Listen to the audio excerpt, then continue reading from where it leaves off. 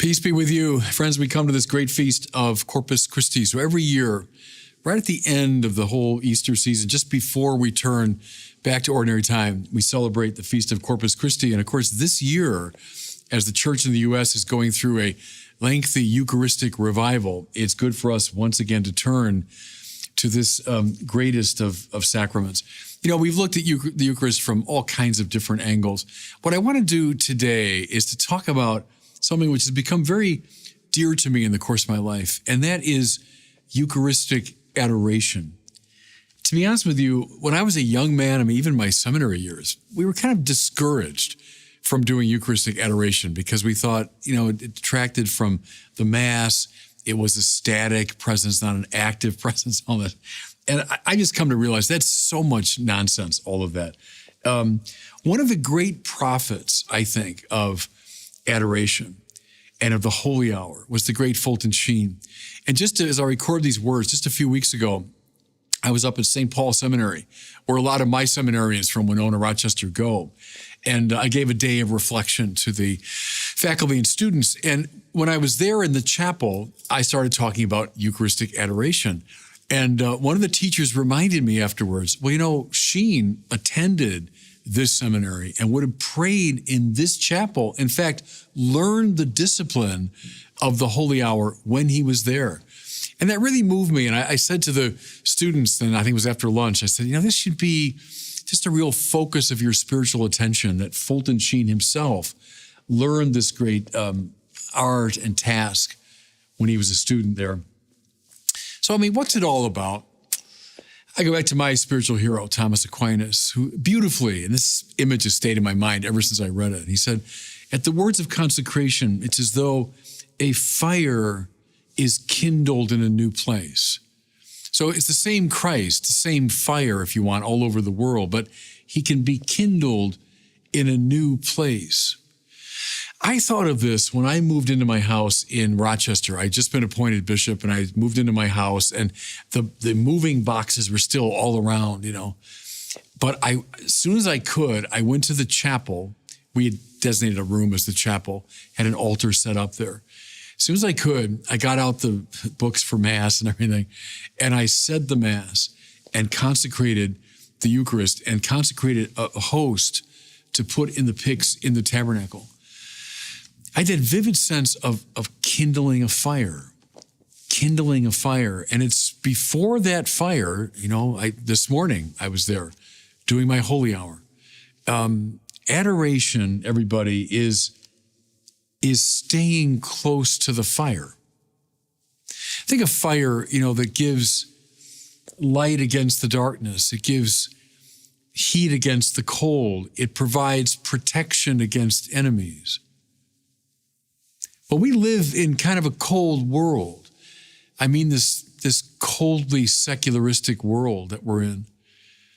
I know a lot of young people celebrate it, God knoweth why, but the secular world for the soul is a cold and dreary place because the soul is wired for God.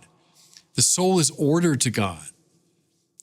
What's the Eucharist as we come to the tabernacle to adore, but it's warmth against that cold. It's light against the darkness. We live in a fallen world. We know that. And the fallen world is a dark place. Darkness is a great biblical symbol for losing the way, not knowing where I'm going, stumbling about. That's the way a lot of us live. Even, stars and celebrities and all this. But they're lost spiritually, these people. They're stumbling about. What's the Eucharist? But it's light against the darkness. The fallen world is also a place that's filled with enemies. We know that. You could go on a camping trip in the beautiful woods and all that, and you take in the loveliness of the day, but, at night, you got to be aware of the fact that those woods are also full of predators, of dangers. And fire from primordial times was a way of keeping those at bay. Do we live in a world with lots of visible enemies? You bet. Look around. the way the church is often beleaguered today, the way the faith is under attack. I mean, just go on any time of the day or night on the internet and see the faith being attacked. Do we also have invisible enemies? You bet. We struggle not just against flesh and blood, but powers and principalities. Okay, what keeps the predators at bay but the fire? What's Eucharistic adoration? It seems to me, everybody, it's a conscious act of staying close to the fire. Spiritual warmth, spiritual light, spiritual protection comes from there.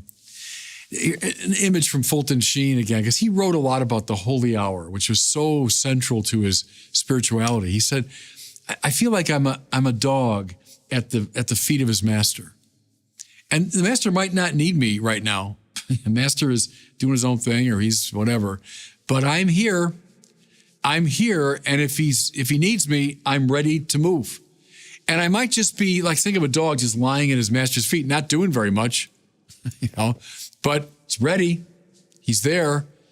So someone who is sitting or kneeling in the presence of the Blessed Sacrament, maybe not doing a lot, not actively engaged in the life of the church, but ready at his master's feet, ready to respond when he's needed. I like that. Don't you love too? It's been attributed to a lot of different people. What happens in Eucharistic adoration? I look at him, he looks at me. It's the way two friends can be with each other in silence. I mean, not really doing anything. What did you guys do? Well, we didn't really accomplish very much, but we were with each other. We were in each other's presence. Something of that, I think, in Eucharistic adoration, spending time with the Lord. So many of the saints were devoted to the Eucharist in just this way. And I find a lot of edification from this. Don't believe people, by the way, who say, and you'll still hear it today, that there's something primitive about Eucharistic adoration, something immature. Forget that. Some of the greatest figures in our tradition were devoted to it. Aquinas, again, his secretary, Reginald Properno, he was with him for many years, knew him very well. He said Aquinas solved far more intellectual problems through prayer than he did through thought. He's one of the great thinkers in the Western tradition. But his secretary thought he solved most of his problems, not by thinking it through so much as praying. He testified that Thomas would often go into the chapel and he would even rest his head against the tabernacle, as though seeking direct inspiration. That's Aquinas. Another hero of mine, St. John Henry Newman, was very devoted to the Eucharistic presence. Writes a series of prayers, you can still get them, born of his devotion to the Blessed Sacrament. They're marvelous, still worth praying. One of my favorite stories here regards Edith Stein, the great 20th century martyr. Edith Stein was from a Jewish family, brought up in the Jewish faith, but by the time she was in her late teens or early 20s, she'd become an atheist, rejected her religious tradition completely. But then through a lengthy and fascinating process, she kind of reads herself back into the faith and then into Catholicism. And before she was a consecrated religious, so she was a lay woman now on fire with the Lord and trying to find her path, she would spend hour upon hour in front of the Blessed Sacrament in Eucharistic adoration. She was staying for a time when she was still a layperson in a convent, and the nuns there were so impressed by her devotion that they created a little chair for her, and it was behind a pillar so people in the church, wouldn't be kind of gawking at her. It's like her own special place where she would give herself over to Eucharistic adoration.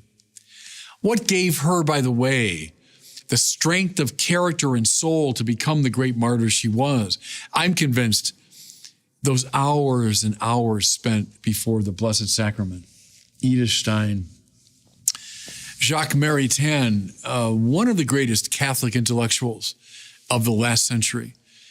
Read his life story, fascinating. Read his books, marvelous, marvelous. Catholic philosopher, cultural commentator, political commentator, etc.